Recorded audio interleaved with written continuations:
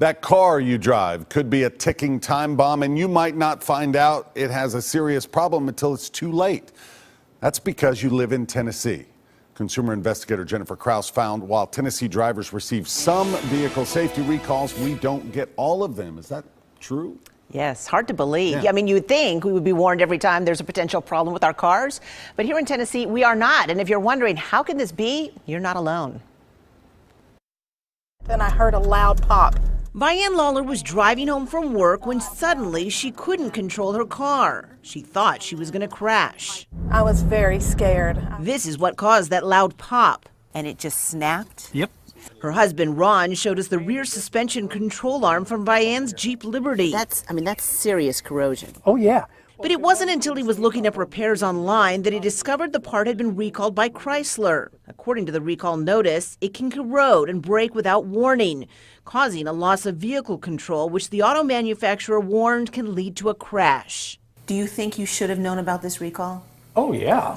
But the Lawlers never got a recall notice. It turns out Chrysler only sent them to Jeep owners in 20 states, and Tennessee wasn't one of them. It was what's known in the auto industry as a regional recall, and these sorts of recalls most often have something to do with some sort of weather condition, generally snow and ice.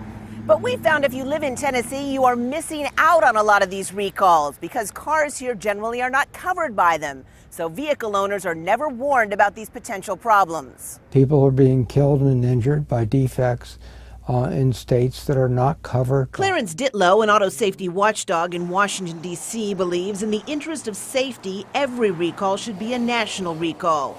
But automakers, he says, prefer regional or limited recalls because it saves them money. The bottom line is they're putting profits over safety. What that means is let the consumer who doesn't get a recall deal with the defect. You know those exploding Takata airbags? They started out as a regional recall in only a small handful of states.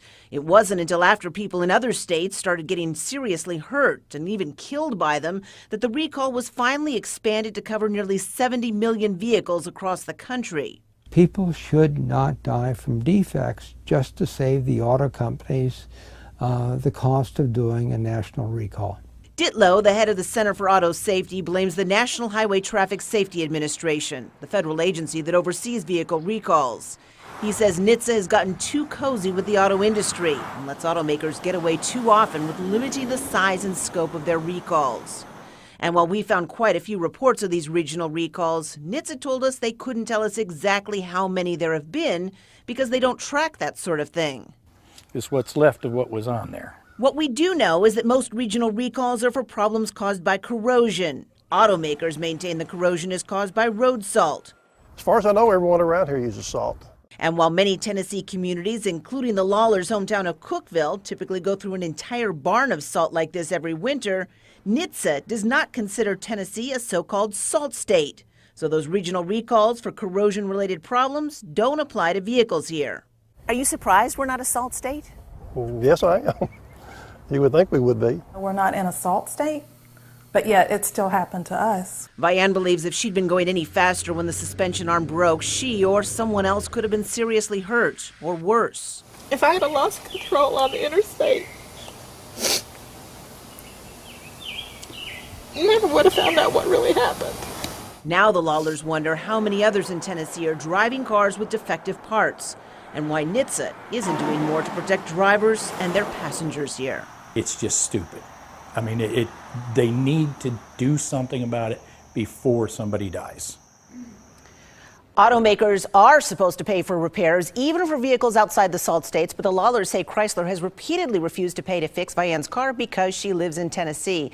But when I talked to NHTSA late this afternoon, they say that's not supposed to happen. They should be fixing it. They're going to look into it, they told me. But they also said they couldn't tell me whether Chrysler would face any sort of punishment or penalties because of this. Now, if you'd like to find out whether your car is covered by or involved in any of these recalls, we've got a link on our website. Just go there and you can look it up. Looking at it right now, as a matter of fact. It's amazing information. Hope you stay on the story, Jennifer. Thank you.